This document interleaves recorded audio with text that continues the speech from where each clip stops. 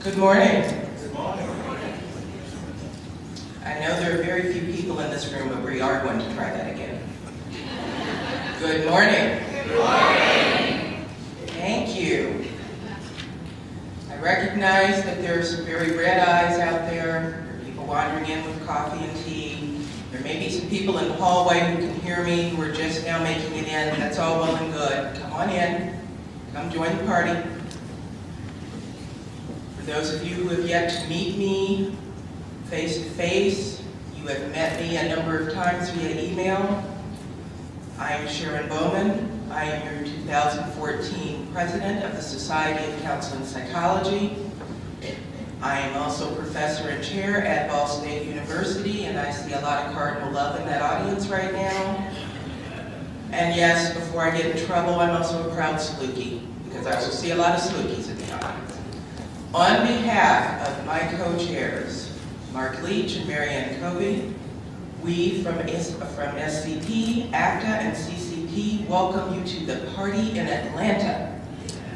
We are so excited to finally be here, to finally have birthed this baby that we have been planning for 18 months. We are so excited to see the party and to get to see all of your faces, and we know we'll see more over the course of the next few minutes wandering in. It's been one of those things that we didn't quite understand what it was going to look like until now, so we're really excited to have you here. I need to do a couple, three very, very quick things before we move through this program. I'm going to ask the members of the steering committee to stand. I'm not going to introduce them, I'm just going to ask everyone to stand up. If you see steering committee members over the course of the next few days, please thank them. They have been working tirelessly with us over the last 18 months. They've been in conference call with us for at least an hour every 2 weeks. And that's just the steering committee work. That doesn't count all the other work they've done on your behalf. So please, at any point, feel free to thank them. If there's anything that we can do for you at any point, please feel free to ask us. I'm also going to ask, and I'm not sure how many of these folks are here, I'm going to ask the staff, employees, volunteers, anybody who is connected, council, people who are connected to APA to also stand. And just, again, I would like people to acknowledge, I don't know if any of them have made it in. If they're smart, they're probably still napping a bit. Thank you all. I realize they get invited to a lot of conferences of this sort across their year, and it takes time out from the rest of the busy work that they are doing to come and join us. So we very much appreciate their willingness to come and spend time with us over the next few days. Most of them are giving presentations here. Please look for them in the guidebook and make sure that you attend, because we really want to honor the work that they are doing.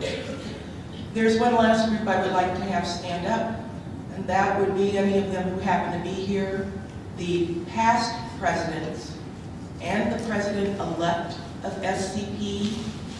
I know that there will be many of them around over the course of the next few hours, but I know some of them too.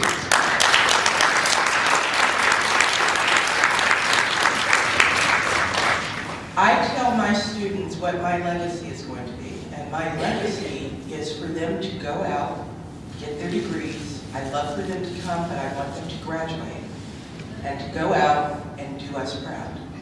That's their job, is to go make Ball State proud. My job is to help facilitate their ability to go do their work.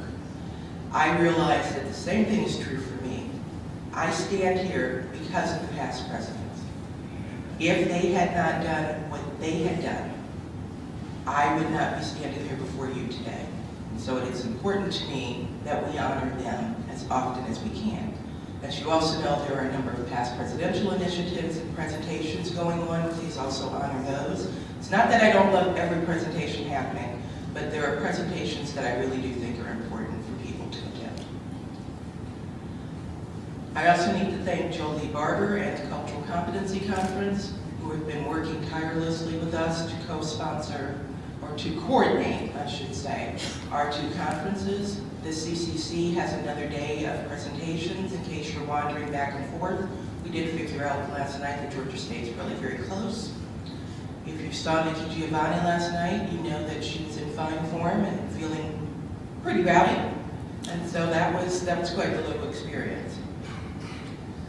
One thing that I need to acknowledge, I promised I'd do a lot of thank yous at the town hall on Sunday, but there are some things that I really absolutely needed to do today. I need to also acknowledge our major sponsor, the University of Houston. I messed up. I have a Houston Cougar. He's probably sitting out at the registration table. He's supposed to be up here with me. It would be the one reason I would walk around with a Cougar and not a Cardinal. And he's apparently hanging out at the registration table and didn't want to come in the room. But I am acknowledging the University of Houston. Houston is they're just an incredible sponsor of many of our conferences, and we really appreciate everything that they're willing to do for us. I think I've acknowledged just about everybody that I need to acknowledge in the process of putting this together. So there's one last thing I want to say before I turn it over. I've been stressing for weeks about what I was going to say when I got up here. Just weeks, and various versions of what I needed to do and what I needed to say. This weekend I visited my 87-year-old father. He put it all in perspective for me. In all the things that are going on in his life right now, he remembered my conference. My father is a retired postal worker. My mother was a stay-at-home mother. I come from a first-generation family. They don't always understand what I do. They've never quite understood what I do. So you're still in school? So you're at a different school, but you're still in school. And how long has it been? And when are you going to be done? What are you going to do? And so you only have 4 classes, but we don't understand. But okay, you seem to be happy, good for you. They've always supported me. They've always cheered me on, no matter what it was I wanted to do. And basically, they've always said, just go do it. Don't let anybody stop you. Don't let anybody tell you you can't. Don't let anybody question you. If you're going to do it, go do it. So this weekend, my father said, you've got this conference. And I said, Dad, I'm really stressed out. He said, I don't know what to worry about. You've always been an organizer. It's what you do. And he reminded me, I organized field trips in middle school. I was organizing then. I get bored. I get frustrated with what other people are doing. Those of you who know me well should know this really well. I'll look around after a while and I'll say, let me help you. And the next thing I know, I have taken it over. So I do this. It is in my blood to organize, and I just need to embrace that that's who I am and what I do. So organizing what I have been referring to now as a wedding, a really big wedding, has been quite the pleasure for me. It's been a few other things at times, but it has been a pleasure for me, and I've worked with some really great people, and I'm very, very happy that we've had the opportunity to organize this party in Atlanta for you, and we hope that you enjoy the rest of your time here. Of course, organizing a party requires a lot of social things. Please attend the socials, please attend the presentations, please attend the speed mentoring, visit the exhibit hall, visit the sponsors, go to the silent auction, bid often, bid high. We have a lot of very talented counseling psychologists in our midst. Bid often, bid high. It's for a good cause. And we expect to see you all at the dance. Please, during the course of this trip, take pictures, post them to Guidebook. We are excited to see what everybody's doing. Thank you all, and welcome to Atlanta.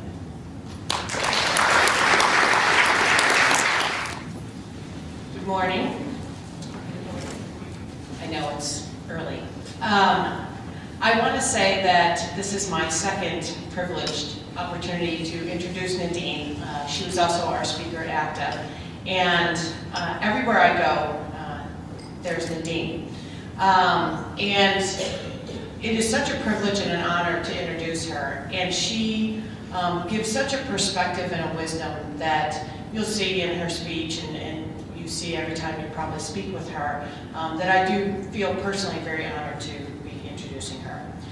Nadine Kaslow is a professor with tenure, Emory University School of Medicine, Department of Psychiatry and Behavioral Sciences, Chief Psychologist, Grady Health System, and Vice Chair of the Department of Psychiatry and Behavioral Sciences. In 2012, she received a Doctorate of Human Letters from Pepperdine. She's the current president of APA. She's the editor of the Journal of Family Psychology. Dr. Kaslow is a past president of APA's Clinical Psychology, Family Psychology, and Psychotherapy, as well as the Board of Clinical Psychology and the Board of Professional Psychology. She is the former chair and board emeritus of the Association of Psychology Postdoctoral Internship Centers, ABPP.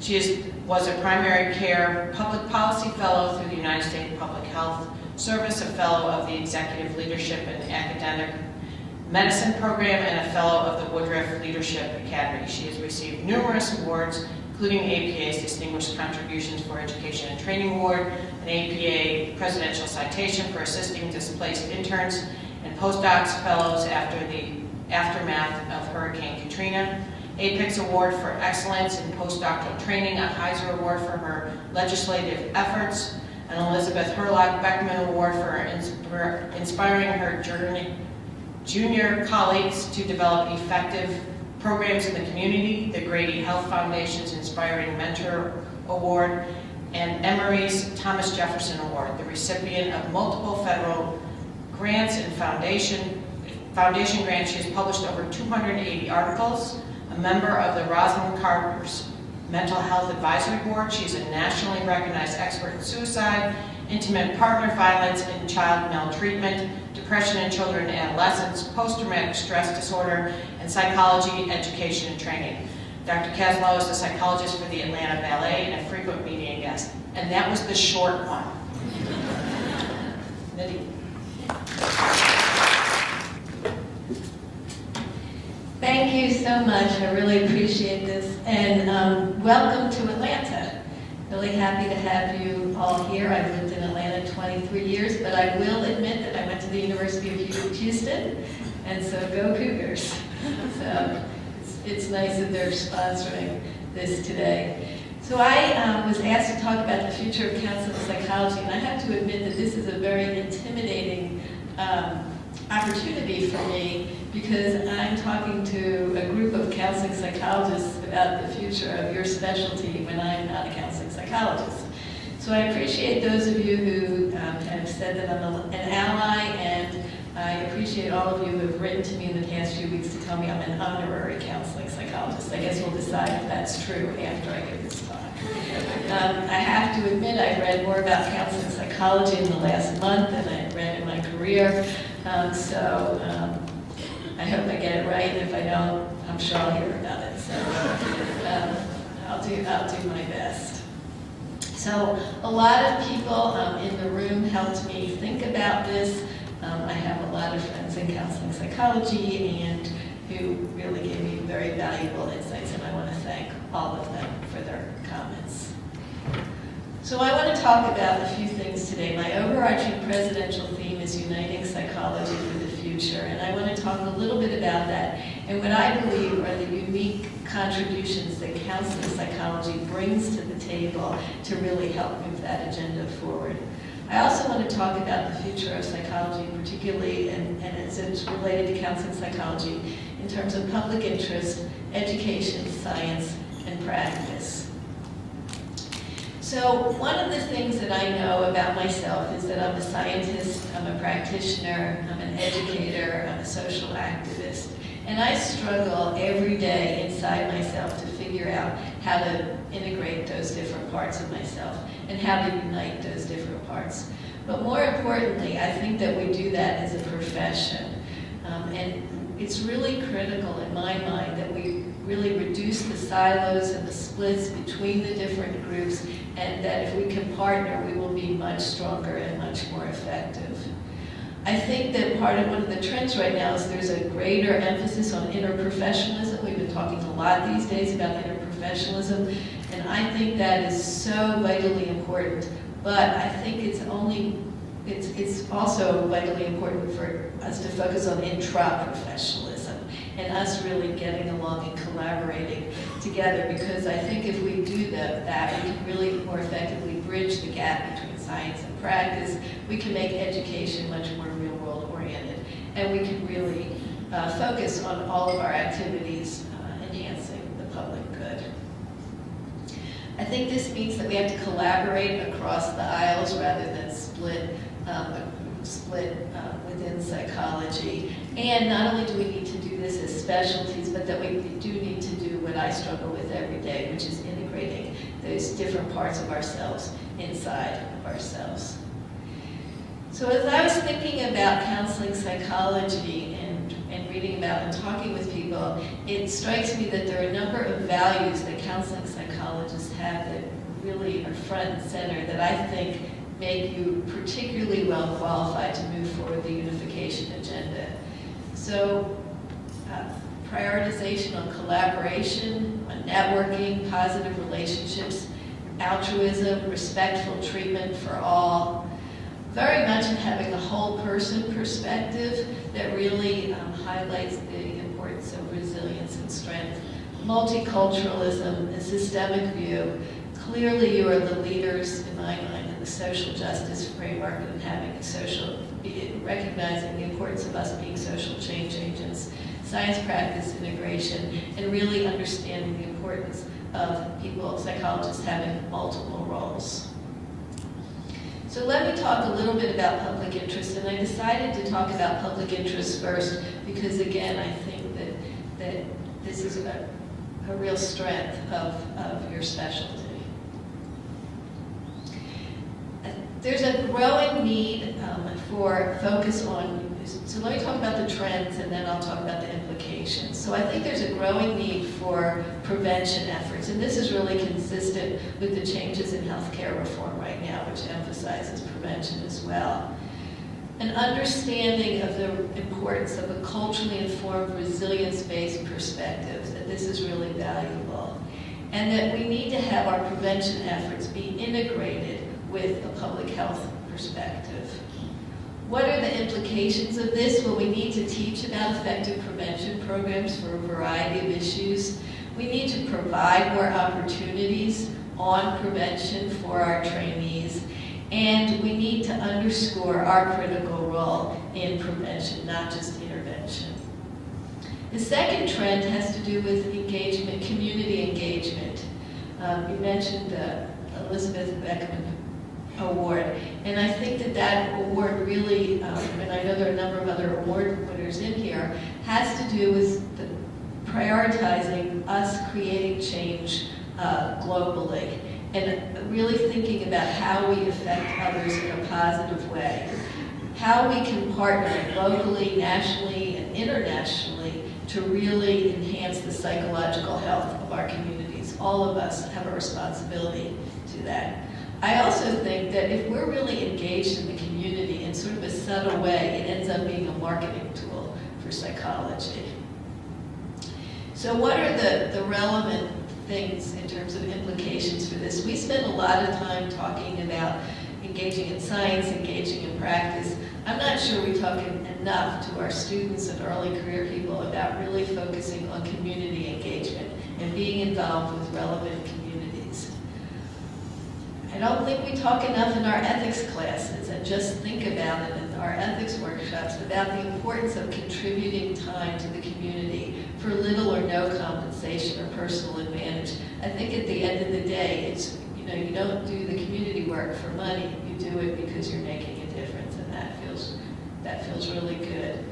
Engaging with the media. A lot of us are shy about engaging with the media, but we listen to people talk on the media about the implications of this, that, or the other thing. It's really nice when a psychologist does this and gives a psychologically minded interpretation of whatever is going on in the world. Trends in advocacy. So everything that we do, absolutely everything we do, the research that we get funded, how we practice, if our training is funded, the scope of our licenses, is impacted by legislation. If we don't get out there and advocate for ourselves, then other people who might not have our interests at heart will do so for or against us. So we really need to advocate for increased support for research, for example. There's lots of different ways we can do that. We need to advocate for increased support for training. The education director has just been very successful in that regard in terms of GPE funding. For public education, for services, we need to be at the tables with healthcare reform right now and advocating. For example, at the state level, there's a variety of ways we can do that in terms of the health insurance exchanges in our states, are making sure that we're included in patient-centered medical homes. We need to advocate to be sure that we get appropriate reimbursement and talk to our trainees and really help them understand that being a psychologist means being actively engaged in creating the future of our profession. There are lots of different trends in diversity. Here's just a few of them. Obviously, there's many more of these. But as we know, there's a growing increase in racial and ethnic minorities such that there will be more of the majority. Over time, older adults are a fast-growing segment of our population. We know we've heard a lot about LGBT youth and their concerns and negative messages they receive. And so I think that we really need to ensure the diversity of faculty and students in our training programs. One of the things I know we've discovered where I'm at is that the more you have diversity, the more diversity you get. And so it's really how do you start building that diversity at the beginning, because people come to places where other people are like them and where there's truly a value on diversity. Really having programs where we talk about ourselves as cultural beings. I'm always struck when I'm on a panel on diversity, how important it is for me to acknowledge my diversity status.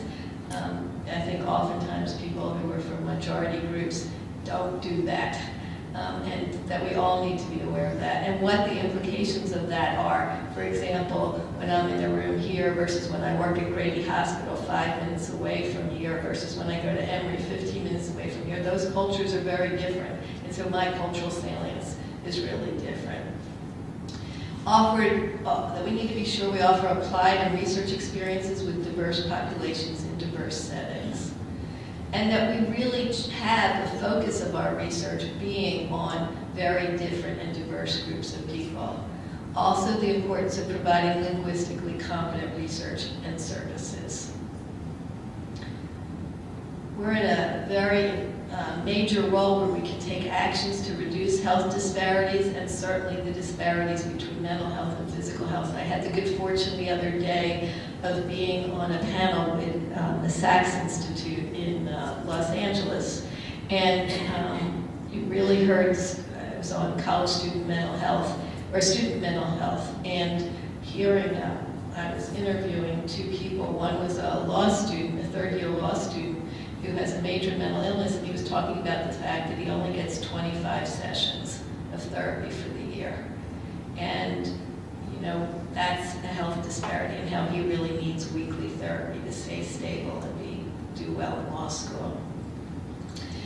Volunteering to provide our services in other nations and to offer consultations to others to doing so, and I know there's some people in here who are really wonderful at doing that. There are major trends in globalization and a greater appreciation of multicultural and international factors and how they influence diversity. This morning, when I was driving here, I was listening to NPR and Obama talking about needing to have an evaluation of how his administration is doing in terms of immigration. And I thought we need to do an evaluation of how we're doing in terms of internationalization. And that when we're talking about integration, we really need to consider individual and group or country issues. We need to integrate multiculturalism, but also internationalism in our education and training to ensure sensitivity and competence. Hire students and faculty from diverse international backgrounds and make that easier to do. And I see I have a postdoc right now who's worried she's not going to be able to get a work visa, and what's going to happen if she can't do that, and the timing issues related to that. And I think we need to be more knowledgeable and more helpful about that. Develop more collaborations with international students. It impresses me that many of our universities have those international collaborations, but we often, psychology isn't sort of front and center in that, although of course sometimes they are. I know in the olden days, before even I went to graduate school, you had to be fluent in a second language, and then they did away with that, and everybody thought that was a good thing they did away with that. I actually think it's a bad thing that they did away with that, and I think we'd all be better off if all of us had a second language. And I'm thinking about in 2 years from now, strengthening second languages. I'm not going to do that this year. So what about the implications for sort of these public interest trends related to counseling psychology? Well, it's clear, sort of talking to people and reading your literature, that there's really an increasing interest in policy changes in national and international engagement and public education about the role of counseling psychology. Lichtenberg and Gacy have done an interesting study that I'll mention multiple times here, where you all talked about, you were surveyed and talked about where you think what you're going to do more of and less of. And one of the major things doing more of is being more engaged in multiculturalism and diversity. What are the implications of all this for counseling psychology? In my mind, you guys really can serve as, have served and should continue to serve as leaders in the social justice movement in terms of advocacy, in terms of prevention, in terms of outreach. I'm actually honestly quite jealous of the focus you all have on this and really respect and admire it. Making sure that all of us integrate a social change identity and that you continue to educate the public about the unique values and contributions of counseling psychology. I think another wonderful strength that you all bring to the table is the focus on strengths and being sure that, again, particularly as there's a lot of focus on pathology, that how to bring a strength-based perspective to all that we do. And adding the international multiculturalism to our domestic multiculturalism perspective, I think, is something you all can be leaders in. Using conflict resolution strategies on a larger world scale, increasing our international collaborations. And I know you all have a strategic plan in international counseling psychology that I think can serve as a really useful guide in this regard. Let me shift my attention now to education and talk briefly about some major trends in education and their implication. Well, I think everybody's aware that we've had a big shift in terms of a whole zeitgeist change to a focus on competencies. There are many leaders in that in the room here. On accountability of programs, learning outcomes, follow-up with graduates, and now growing attention to the whole issue of maintenance of competence. So you can't just sit in here and play, Freecell or Scrabble or Words with Friends or Candy Crush. You actually have to learn something and really think about how we can maintain our competence and hone our competence. Our colleagues in medicine, in my opinion, are ahead of us in this regard, and I think that we're sort of playing catch-up and doing a much better job of that right now. We need to ensure our training is competency-based and that we really need to think about minimal competencies for each stage of education and training. Now, I have to admit that I have a major regret about being so involved in the competencies movement because I've come to decide that actually the competencies movement is against everything I stand for in my life. Now, you may say that doesn't make any sense. You've been so involved in it. The competencies movement is about meeting minimal standards. It's about having benchmarks and saying you get over the benchmark. Well, I have never had that as my goal in life, to get right over the top of the benchmark. And I suspect most people in here aren't into that either, that we're about capability, not just competence. And so I sort of regret being part of the movement that says, well, just get over this. and you're going to be okay, and you can keep moving forward. I really think it's about excelling in these competencies, being capable, expanding our horizons in this regard. And I'm hoping that our movement will shift to more of a focus, not on the bottom, but how it really looks as people do well in these competencies. So we need to enhance our attention to competency assessment. We've written a lot about it, we talk a lot about it, but we're certainly not leaders in competency assessment. And we can do a much better job developing state-of-the-art measures, thinking about self-directed learning and self-assessment strategies. We know that people are notoriously bad at self-assessment. We're better at teaching our clients how to self-assess than we are at teaching our students or ourselves how to self-assess. Again, this notion that lifelong learning is really important. New models for continuing education, the reality is for most of us sitting in lectures all day long is not the best way to expand our intellectual horizons. And we need a lot more innovative methods of continuing education.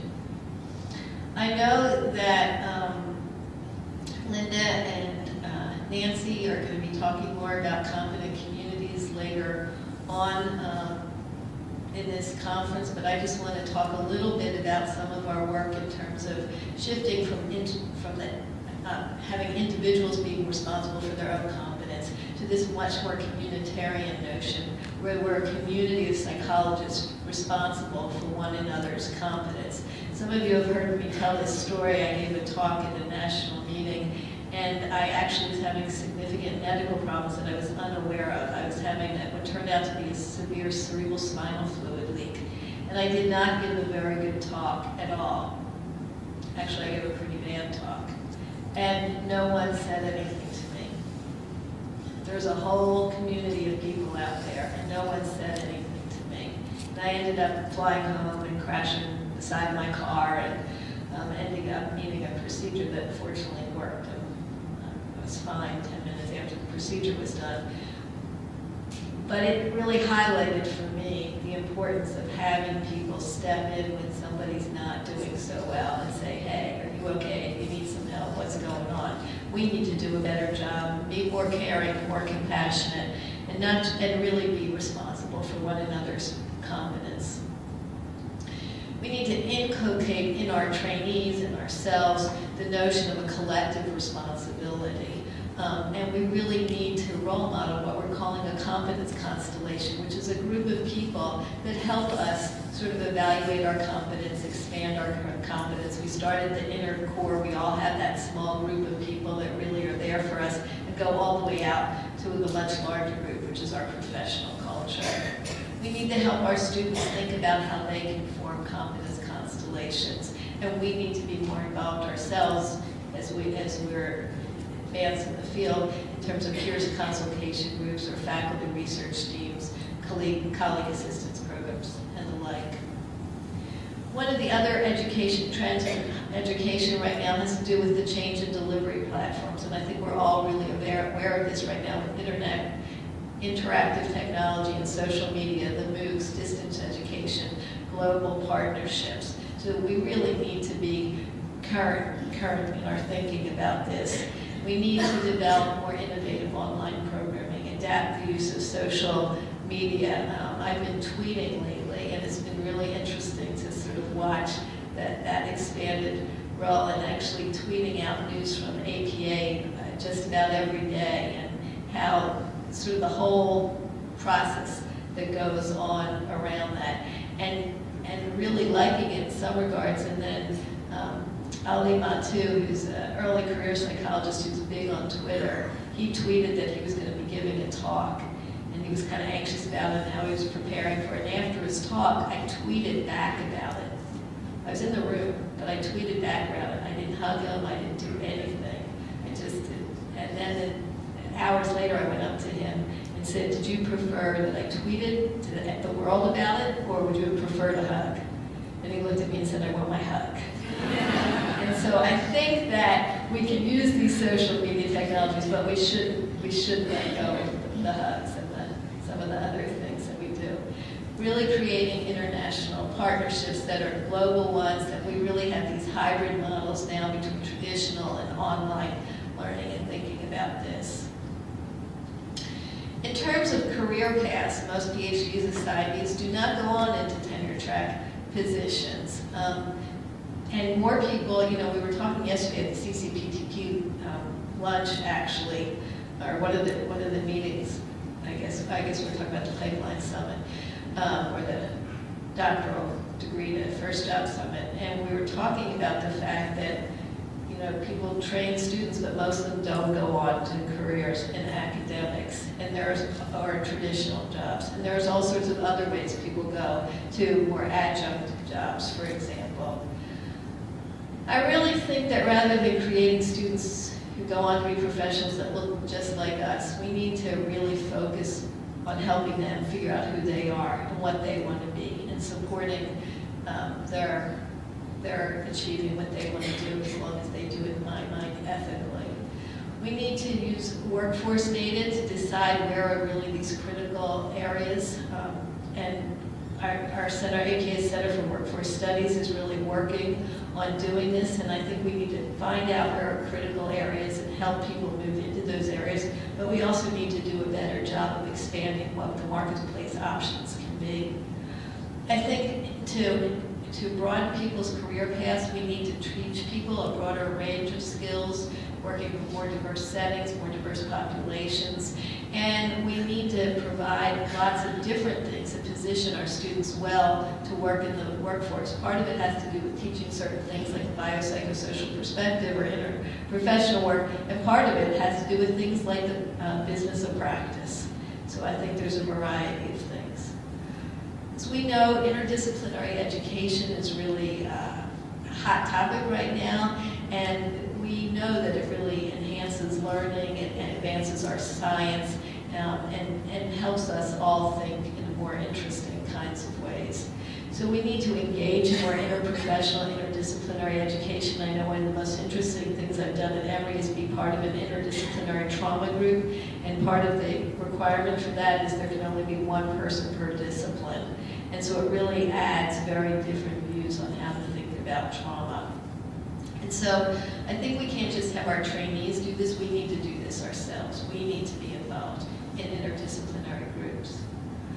In terms of thinking about the trends for counseling psychology, in your survey you all talked about the next 20 years that you're going to be more engaged in innovative education and training, including online education. And again, many of us have mixed feelings about online education.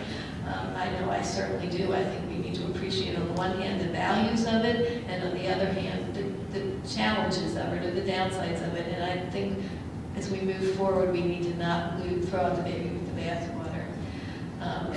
And we'd be less engaged in traditional academic teaching and research on universities.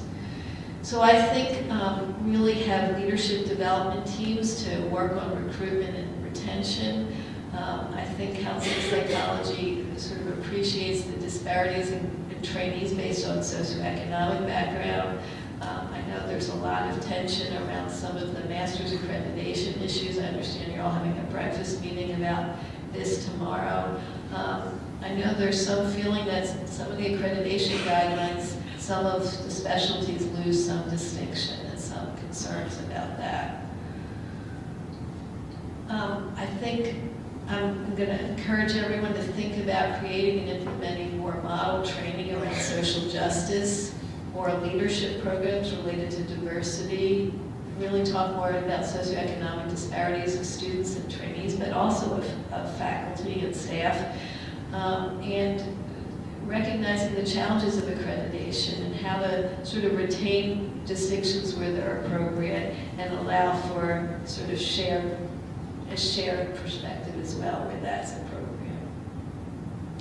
Moving on to science, we know that there's a lot of movement now to have psychology understood as a core STEM discipline, because I think that we have so much to contribute in this regard. Unfortunately, we're not consistently recognized as a STEM discipline or as a core STEM discipline, and this makes it difficult difficult for us to get funding that's STEM related. I think this is a problem. If we were recognized as a core STEM discipline, it would really highlight our psychological science much more and really allow us to contribute more fully to national technological and scientific achievements. I think we need to do what we can to enhance psychology's prominence as a core STEM discipline. When James Gray was APA president, he did a task force related to this where I think they really highlighted the ways we can do this. We need to improve the public understanding of the scientific basis for psychology. When the first article came out in the Monitor about my being president, one of the things it said in the article was I was a scientist, and I'm extremely close to my brother. And he read this Monitor article, and he called me up and he said, "Honey, you're not a scientist." And I said, "Well, I've been doing research since my freshman year in college." He goes, "Well, I know you do research. I know you study suicide, and I know you study, these other things." He goes, "But you are not a scientist." And I said, "Well, what's a scientist?" And he goes, "Well, they wear a white coat." And my brother's smart, and he's educated, and he's got a mother and a sister who are psychologists. It's not like he's naive to psychology, and he didn't get it that we were science. And I really think he represents the educated, intelligent public. And I was like, okay, now this is what we're having to deal with so we have a lot of work to do. We need to be more involved with other STEM disciplines and really expand our resources related to psychological science. I think we can do a much better job of promoting the ways in which psychological science is applied to daily living, and help people understand how human abilities and behavior benefits things like technology and science. As many of you know, and as Marianne mentioned, I'm a psychologist for the Atlanta Ballet, and I've gotten very interested in the issue of integrating the arts and STEM, and how to really think about connecting the arts to science, technology, engineering, and mathematics without in any way watering down our being a STEM science. I really think there's a growing body of research that shows that arts education is key to creativity, that creativity is essential to and spurs innovation, and that innovation is necessary for advancing science and research. I've been really amazed doing my arts initiative and asking people for their artistic contributions, how many remarkably talented and gifted psychologists we have in all of the arts, and how do we take that sort of more right hemisphere stuff and really capitalize on that. I think it's valuable for us to build bridges at the interface of STEM and the arts. We've been working with the National Endowment for the Arts to highlight, for example, some of our research on creativity, to integrate art and design to illustrate and enhance some of our points in psychological science. In addition, there's a lot of work on, and a growing body of work right now, on incorporating the arts, music, dance, theater, into therapeutic endeavors, and how do we think more fully about doing that. There's a growing emphasis on team science right now, where we really use both within the discipline and cross-disciplinary approaches to answer important research questions and to look at particular phenomena. And I know that there are challenges with this in terms of tenure and promotion and how to think about that, but from an intellectual perspective, I think this is a very appealing way to go. I think we need to do more of this even in graduate school, and maybe even at the undergraduate level. There are some really interesting toolkits out there right now for conducting team science, and I encourage people to look at those. And really helping ourselves and our students think about the pros and cons of being on teams. Also helping our departments and our universities have transparent strategies for evaluating team science, and we can use national criteria to help us in this regard. One of my presidential initiatives relates to translating psychological science to the public. We have amazing science. I think we just have incredible science, but we're not so good necessarily at getting it out to the public. And there are multiple publics. There's the students and the lay public, scientists from other disciplines, legislators. And so I think that, it's good that there are more popular magazines and media that focus on our science.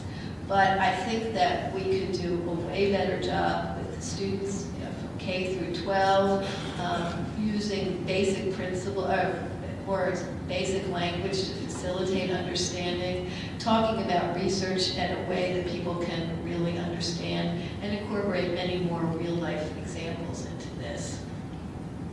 Sometimes we talk in a way that alienates the public, and I think we can do a lot better job of talking in a way that engages the public.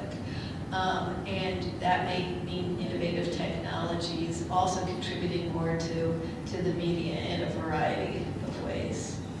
How many of you tweet about scientific findings? Good. 4 of you. Next year, there should be 40 of you. That's one way to get our science out there every day in lots of different ways. I think we need to start studying more some of the topics of public interest, like the Facebook phenomenon.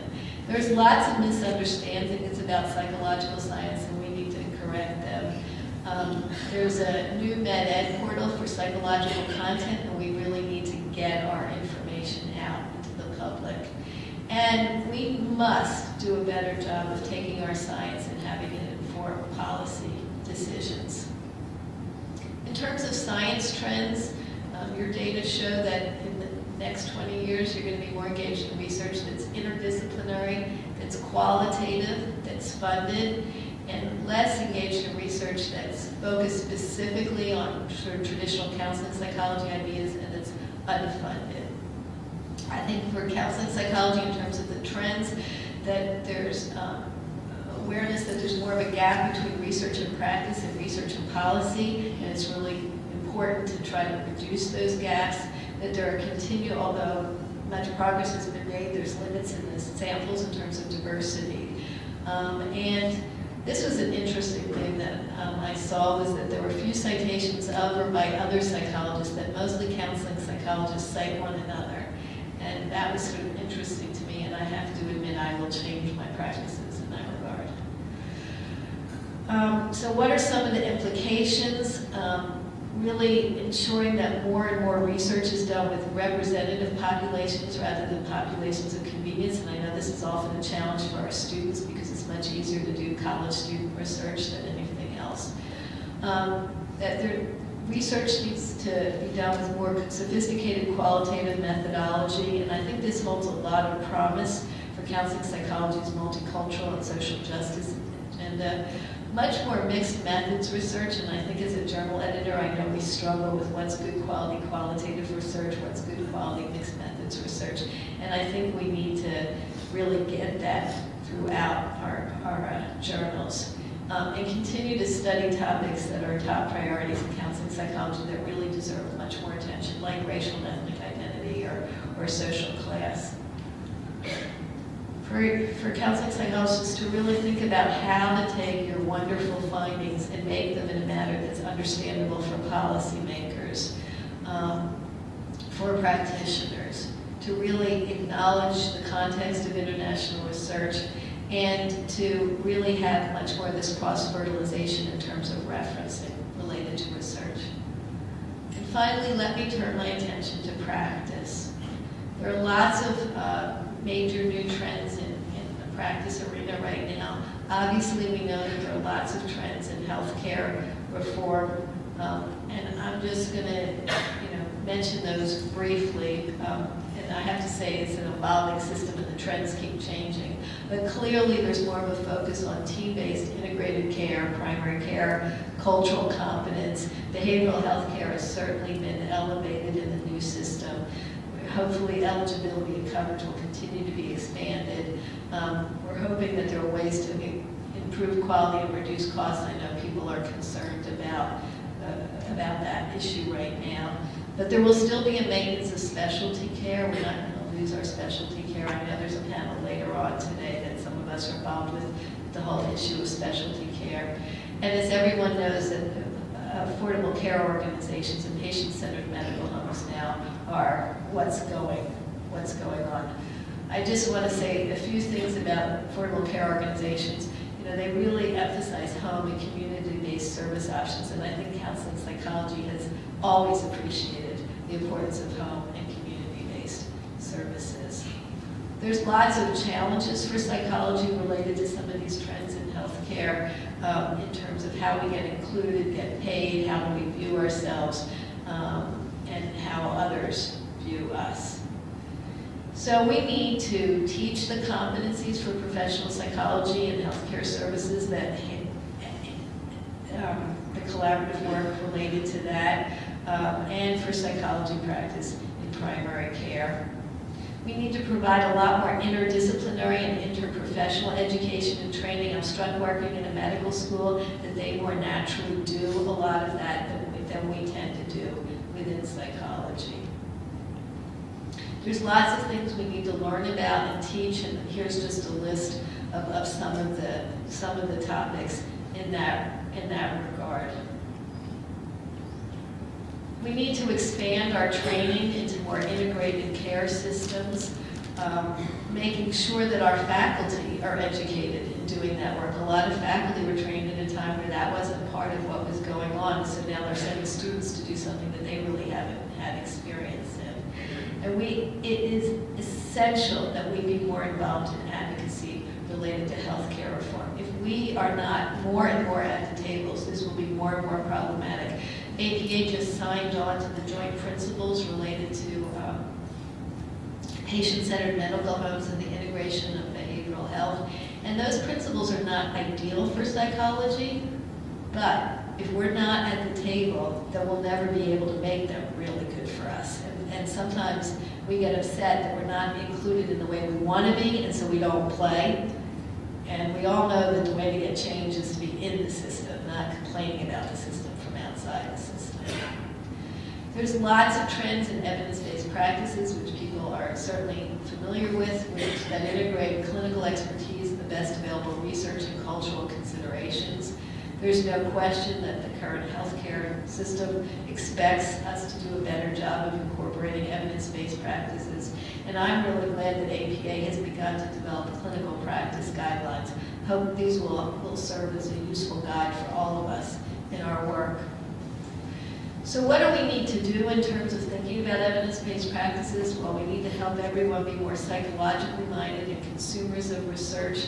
We need to all learn about these practice guidelines as they become available, and we need to encourage our students to use these guidelines, which will help them be able to advocate on behalf of psychological intervention. We all know that there's another practice trend has to do with the internship imbalance. We know that there's a shift in this trend, but there continues to be a significant imbalance between the number of students seeking internship placements and the number of available internships. I'm very much in support of APA requiring accreditation, that programs place a significant number of students in accredited programs, and sort of supporting through financial means and otherwise the building of more accredited internship programs. But we really need to be sure that our students understand the realities of the internship market. I think sometimes we say it, but they don't get it, and sometimes we just don't say it enough. But I think we can be much more proactive in terms of creating new internships that target populations and communities in need. I think that we can do that as training programs at the doctoral level, at the internship and postdoctoral level. Those of us who work in the community, we can create new internships for new communities. I think we need to think about class size based on placement rates. And so there's a lot of active steps. We can all complain about the internship problem, or we can take more active steps to do things to address it. There are a lot of trends in terms of specialization. I think that, I work in a healthcare system, and there's an expectation that everybody be board certified. And I think for psychologists to be in a par in healthcare system and in these integrated healthcare systems, there's an expectation of board certification. and that specialization is being viewed as a way to assure quality of care. So I think that while there's many things we all have in common and that make us all psychologists, we also have things that are unique to our specialties, and our trainees need to understand that. I think it's really important that faculty and supervisors seek specialty board certification, and then we convey, to our trainees the importance of doing so. And I think it's wonderful, those schools that are supporting the early entry program for their students. Another major trend is a trend in telepsychology. I know Linda Campbell's here, and she's played a major role in that work. And I understand yesterday Linda and Melba Vasquez gave a talk on sort of cultural issues and telepsychology, which is a very nice blending of things. I wish I had been at the talk. But we know that telepsychology is on the rise with all sorts of different kinds of things, and there's a lot for us to consider in that regard. And I think we have new telepsychology guidelines that were done by APA, ABPP, and APAIT, and those will help us very much. But I've been struck by some of the challenges that I don't think we've addressed enough. Some of you have heard me tell this story recently, but I have a patient with Asperger's who I've treated him many, many years and will treat till the day I die. And she friended me on Facebook, and I have a policy that I don't friend my patients on Facebook. And she came this close to killing herself because I would not be her friend on Facebook. This close. Because I'm her only friend in the world, and I wouldn't be her friend on Facebook. And it made me really stop and say, we need to really think about some of this. I'm not sure. I've held that position, but I'm not sure it's the right position. And I think we need to think about the ethics of this in some very different kinds of ways. And I don't think I could have lived with myself if she had killed herself, because I wouldn't be her friend on Facebook.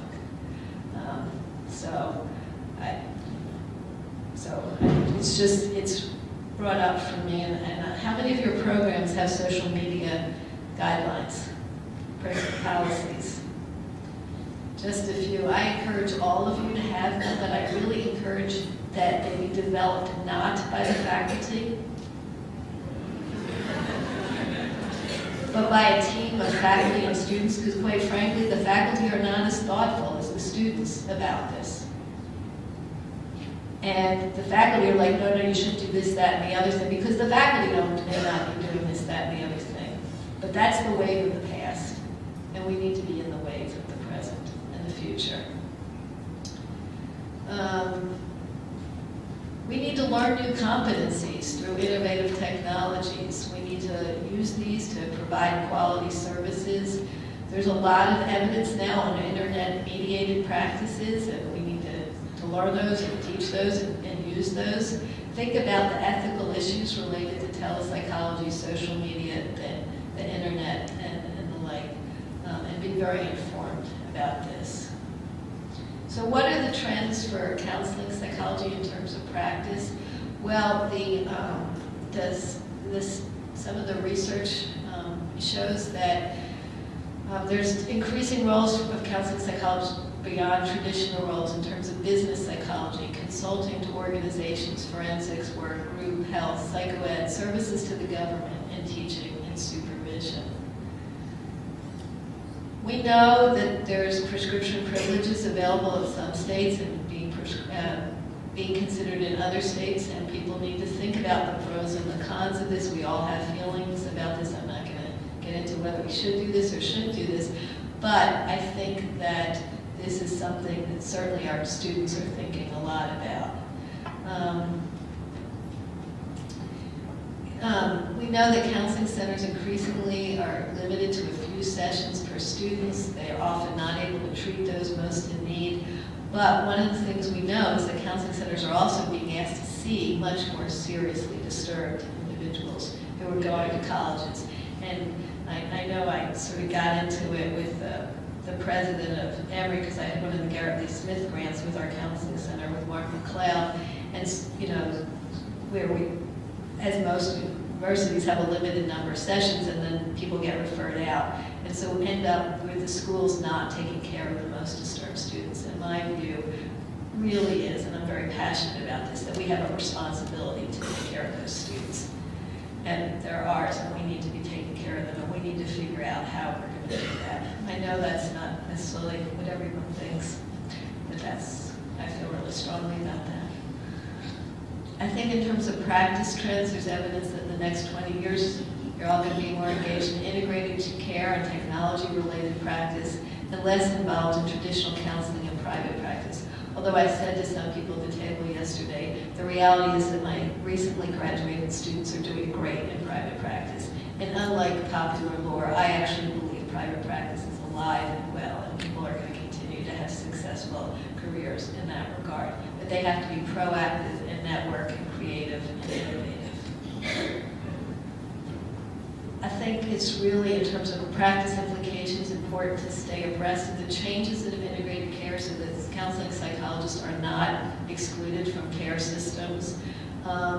Really be knowledgeable about reimbursement, business practices, logistical challenges. Learning about telepsychology and really how to do that all along, and more about online counseling. So in closing, we need to join together to ensure that all of us and future generations of counseling psychologists are able to engage in professional activities about which we are passionate, advance the profession in a fashion that optimally serves the public, and be appropriately compensated for the work that we do.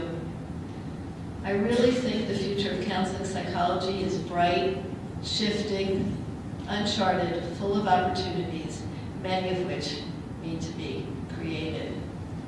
And as Eleanor Roosevelt said, the past is history, the future a mystery, but the present is a gift, which is why it's called the present. Thank you very much.